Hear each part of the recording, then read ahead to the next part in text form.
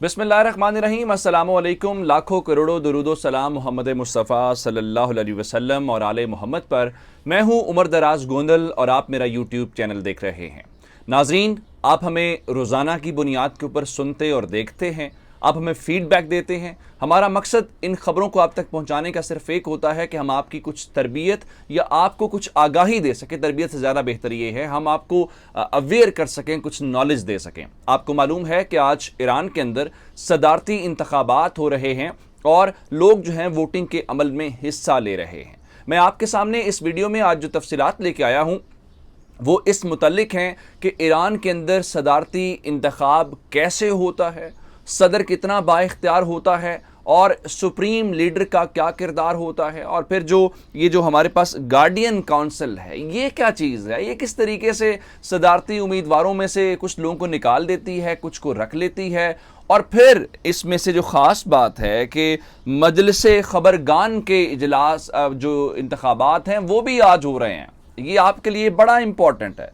सिर्फ आज सदर के इंतखाब नहीं हो रहा, उसके साथ मजलिस खबरगान के अरकान के भी आज इंतखाब के लिए लोग वोट डाल रहे हैं। ये कितना इंपॉर्टेंट है और ये ईरान के मुस्तकबिल को लेके कैसे हर चीज़ को तब्दील कर सकता है, ईरान की डायरेक्शन चेंज कर सकता है, ये असल खबर है। सदारती इंतखाब के मुतालिक आपको हर कोई बता रहा होगा। फिर जनाब, मैं आपको आज बताऊंगा कि कौन कौन से ऐसे लोग हैं जिनके मुतालिक इस वक्त इंटरनेशनल मीडिया के अंदर एक तरह से वो पैनिक हुए पड़े हैं।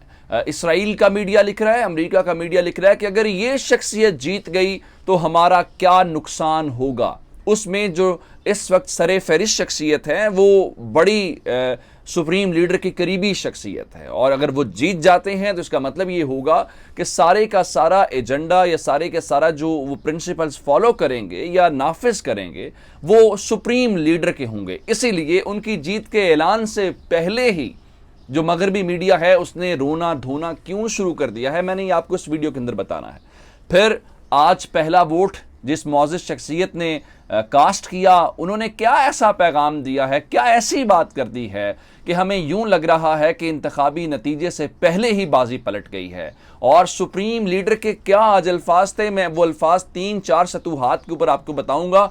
आप समझ जाएंगे कि सऊदी अरब को, इसराइल को, अमेरिका को और सारे मुखालिफिन को ईरान से इतनी तकलीफ क्यों होती है या इतना मजबूत निज़ाम अंदर कैसे है कि सारे मिल के भी ईरान को गिराने में अब तक नाकाम हुए हैं और इनको कामयाबी क्यों नहीं मिल रही। फिर ये सारे लोग ईरान की जो जमहूरियत है उसके ऊपर सवालात उठाते हैं। मैंने आज सारा सिस्टम आपको बताना है, आपको अंदाज़ा हो जाएगा। आपके उन सारे सवालों के जवाब, वो सारे कंसर्न जो मगरबी मीडिया रोज़ाना की बुनियाद के ऊपर उठाता है, आज उन सारे सवालों के जवाब आपको मिल जाएंगे। लेकिन उससे पहले आपसे गुजारिश है कि हमारा YouTube चैनल सब्सक्राइब कर लीजिए, बेल आइकन के ऊपर क्लिक कर लीजिए ताकि हमारी आइंदा आने वाली वीडियोस बर वक्त आप तक पहुंच रहे। मैं ईरान के सदारती इंतखाबात के मुतालिक आपको तफसील के साथ एक एक चीज़ बताऊंगा, कहाँ से काम शुरू हुआ, कितने वोटर्स हैं, सारा कुछ। लेकिन जो इंपॉर्टेंट बातें मैंने आपको बतानी है, मैं आपको पहले बता के बाकी तफसीलात की जानिब जा रहा हूँ। मैंने आपको सुप्रीम लीडर के मनसब के मुतालिक बताना है, मैंने आपको सदर के इंतखाब के मुतालिक बताना है कि सदर कितना बाइख्तियार होता है और उसके ऊपर सुप्रीम लीडर भी होते हैं। मैंने आपको निगहबान शुरा जिसको गार्डियन काउंसिल कहते हैं उसके मुतालिक बताना है, मैंने आपको पार्लियामेंट के मुतालिक बताना है, मैंने आपको अदलिया के मुतालिक बताना है, और मैंने आपको मजलिस खबरगान के मुतालिक, जिसको आपको समझ के आज कोई आर्टिकल आपको पढ़ने की जरूरत नहीं है, कोई किताब पढ़ने की जरूरत नहीं है, कोई कॉन्स्टिट्यूशन पढ़ने की जरूरत नहीं पड़ेगी। आप आज ईरान के मुतालिक कंप्लीट प्रोफाइल, एक मुकम्मल स्केच जो है वो आपके जहन में बैठ जाएगा। शुरू करते हैं जनाब। सबसे पहले ईरान के सदारती इंतखाबात को लेकर। ईरान की जो कुल आबादी है वो इस वक्त 8 करोड़ 30 लाख है। 8 करोड़ 30 लाख में से जो वोटर्स हैं, जो रजिस्टर्ड वोटर्स हैं, जिनकी उम्र 18 साल से ज़ायद है और आज वो अपना हक़ राय दही इस्तेमाल कर रहे हैं, उनकी तादाद 5 करोड़ 90 लाख है। और आज के इंतखाब के लिए 72,000 पोलिंग स्टेशंस बनाए गए हैं। इसके अलावा आज तेहरान जो दारुल हुकूमत है ईरान का, उस समय 24 सूबाई दारुल हुकूमतों में इलेक्ट्रॉनिक वोटिंग का इंतज़ाम किया गया है। ये सारे जो मगरबी मीडिया वाले होते हैं उन्होंने बिल्कुल जदीद तर्ज़ हुकूमत जिसको हम कह सकते हैं। अच्छा, आज बुनियादी तौर पे लोगों ने 3 वोट डालने हैं, ये आपने समझ लेना है शुरू के अंदर ही। एक वोट वो पार्लियामेंट के अरकान के लिए या सदर के लिए डालेंगे, बल्कि 4 वोट हैं। एक सदर के लिए है, पार्लियामेंट के अरकान के लिए है اور مجلس خبرگان کے لیے ہے، اور اس کے علاوہ جو لوکل باڈیز ہیں، جو کونسلرز ہیں، جو کونسلز ہیں، ان کے ناظمین کا الیکشن بھی ہو رہا ہے۔ جمعے کے روز سپریم لیڈر آیت اللہ خامنئی صاحب جو ہیں انہوں نے اپنا پہلا ووٹ کاسٹ کیا، اس کے بعد ووٹنگ کا عمل شروع ہو گیا۔ حسن روحانی صاحب چونکہ 2 بار صدر بن چکے ہیں 4 سال کے لیے، تو تیسری بار وہ صدر بننے کے اہل نہیں تھے، اور اس لیے اب 4 امیدواروں کے درمیان مقابلہ ہے۔ اور آپ کے لیے اس میں نالج کی بات یہ ہے کہ 4 امیدواروں کی جگہ پہ جو گارڈین کونسل ہے اس نے 7 امیدواروں کی نومینیشنز ایکسیپٹ کی تھی، لیکن ان 7 امیدواروں میں سے صرف 4 لوگ جو ہیں وہ اس وقت میدان کے اندر ہیں، کیونکہ 3 لوگوں نے اپنے نومینیشنز پیپر جو ہیں وہ واپس لے لیے ہیں۔ سخت مقابلہ 2 شخصیات کے درمیان ہے، یہ آگے چل کے بتاؤں گا، میں شروع میں آپ کو ذرا اس کا انٹرو دے رہا ہوں۔ اچھا، اب حسن روحانی صاحب کی جگہ پہ جو نیا صدر آنا ہے، اس نے جناب چونکہ ایران کے جوہری پروگرام کو لے کے، اسرائیل کو لے کے، امریکہ کو لے کے، سعودی عرب کو لے کے، یمن کو لے کے، پوری جو مزاحمتی تحریک ہے جہاد کی، کچھ فورس کو لے کے وہ بڑا امپورٹنٹ ہے۔ 2 باتیں بتا کے اگلے سٹیپ پہ جانا چاہتا ہوں۔ پہلی بات تو یہ ہے، کیا یہ دینی حکومت ہے؟ کیا یہ جمہوریت پہ مبنی حکومت ہے؟ تو اس کا جواب یہ ہے، ایک یہ جدید دینی طرز حکومت ہے اس صدی کے مطابق جس کو ڈھالا گیا ہے، لیکن اس میں جمہوریت کا عنصر بھی شامل ہے۔ دوسری بات یہ ہے کہ ایران کے اندر جمہوریت ہے، لوگ فیصلہ کرتے ہیں، صدر اور پارلیمان کے لوگوں کو لوگ ووٹ ڈال کے منتخب کرتے ہیں۔ اب میں سب سے پہلے آپ کو سپریم لیڈر کے ساتھ، چونکہ آپ کی ایک بڑی خاص وابستگی ہے، ہمیں اندازہ ہے، سپریم لیڈر نے پہلا ووٹ کاسٹ کر کے جو باتیں کی ہیں وہ بڑی امپورٹنٹ ہے۔ آج سپریم لیڈر نے کہا کہ جناب ہر ووٹ امپورٹنٹ ہے، اپنے گھر سے نکلیے، ووٹ ڈالیے اور اپنی قسمت کا فیصلہ کیجیے۔ اب یہاں تک تو آپ کو بات سمجھ آ گئی۔ جو اگلی بات تھی وہ رہبر اعلیٰ کی سوچ کے مطابق اور مستقبل کو لے کے، یعنی انہوں نے کہا کہ صدر چن لو کیونکہ یہ ایران کے مستقبل کے لیے اہم ہے۔ چننے کی بات کی ہے، یعنی لوگ چنیں گے، اور پھر کہا جو نتیجہ آئے گا وہ ایران کے مستقبل کے لیے انتہائی امپورٹنٹ ہے، کیونکہ انہیں اندازہ ہے کہ انہیں کتنی بڑی جنگ کے اندر جانا۔ اب میں آپ کو ایران کا سٹرکچر سمجھانا چاہتا ہوں۔ ابھی میں نے امیدواروں کے متعلق نہیں بتایا کہ کون جیتنے والا ہے، جو میری پریڈکشن ہے یا ہمیں جو جائزہ اور رائے، جو ایک بار عوام کی رائے۔ سب سے پہلے آپ نے ایران کے سٹرکچر کے اندر سپریم لیڈر کو سمجھنا ہے۔ سب سے جو اعلیٰ منصب ہے، جو سب سے طاقتور منصب ہے، وہ رہبر اعلیٰ کا ہے، اور آج تک اس سپریم لیڈر کے منصب کے اوپر 2 ہی شخصیات جو ہیں وہ فائز ہو چکی ہیں۔ 1979 کے انقلاب کے بعد جب آیت اللہ خمینی نے دنیا کے اندر ایک انقلاب برپا کیا، ایک نیا سیٹ اپ لایا، تو سب سے پہلے یہ منصب ان کے حوالے کیا گیا، اور وہ 10 سال سپریم لیڈر کے طور پہ کام کرتے رہے، اور انہوں نے اس منصب کو بہت مضبوط بنایا۔ جس کے بعد 1989 کے اندر ان کے انتقال کے بعد آیت اللہ خامنئی صاحب جو ہیں انہیں یہ منصب مل گیا، اور 1989 سے آج دن تک اس منصب کے اوپر وہ فائز ہیں۔ اب سپریم لیڈر کے پاس ذمہ داریاں کیا ہوتی ہیں یہ آپ کا جاننا بہت ضروری ہے۔ فوج ان کے انڈر ہوتی ہے، فوج کے وہ کمانڈر ان چیف ہوتے ہیں۔ عدلیہ کے سربراہ کو اپوائنٹ سپریم لیڈر کرتے ہیں، اور عدلیہ کا سربراہ صرف اور صرف سپریم لیڈر کو جواب دہ ہوتا ہے۔ اور اس کے علاوہ جو نگہبان شورا ہے، جو گارڈین کونسل ہے، جو لوگوں کو صدر بننے کے لیے اپروو کرتی ہے، ممبر پارلیمنٹ بننے کے لیے، اس کے آدھے ارکان، میں آگے بتاؤں گا کل کتنے ہوتے ہیں، آدھے ارکان جو ہیں ان کو سپریم لیڈر اپوائنٹ کرتے ہیں۔